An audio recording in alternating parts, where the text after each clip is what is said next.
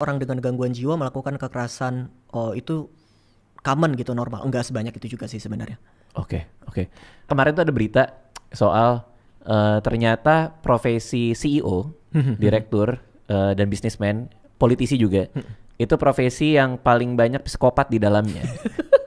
Pendapat seorang psikiater gimana nih? Itu bener apa enggak? Atau apa? Kenapa psikopat ini Berkumpul menjadi satu, menjadi CEO dan jadi sukses? Kenapa? Ini apalagi Om Deddy ini pernah bilang gue psikopat soalnya. Dia.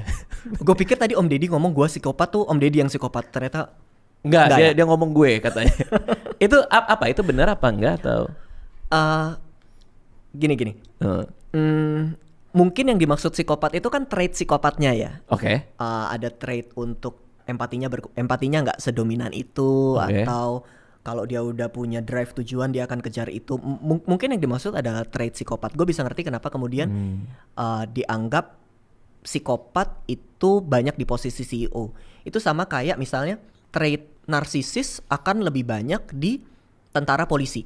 Itu kita nggak boleh ngambil kesimpulan, oh berarti NPD itu yang lagi rame-rame di sosial media itu NPD paling banyak di tentara polisi, nggak boleh gitu. Karena tentara harus pede. Ya kali mau nembak, apakah dia nggak jadi, nggak gitu jalan. Maksudnya. So trait itu perlu ada di profesi itu. Oh, karena kalau dia nggak punya NPD, dia nggak merasa yakin. Kalau kita nggak punya trait bukan NPD ya, kita nggak punya kualitas percaya diri itu, profesi itu nggak jalan. Oh, I see. Kalau kita nggak punya, menarik juga ya, sifat untuk empatinya dikurangin dulu, pokoknya ini jalan tegas, ini jadi CEO susah kan ya. Mending dia jadi konselor daripada jadi CEO. Oh, cuma masalahnya adalah citra psikopat di media ya, itu kesannya tukang bunuh ya. Kesannya tukang bunuh. Which is tuh sosiopat itu.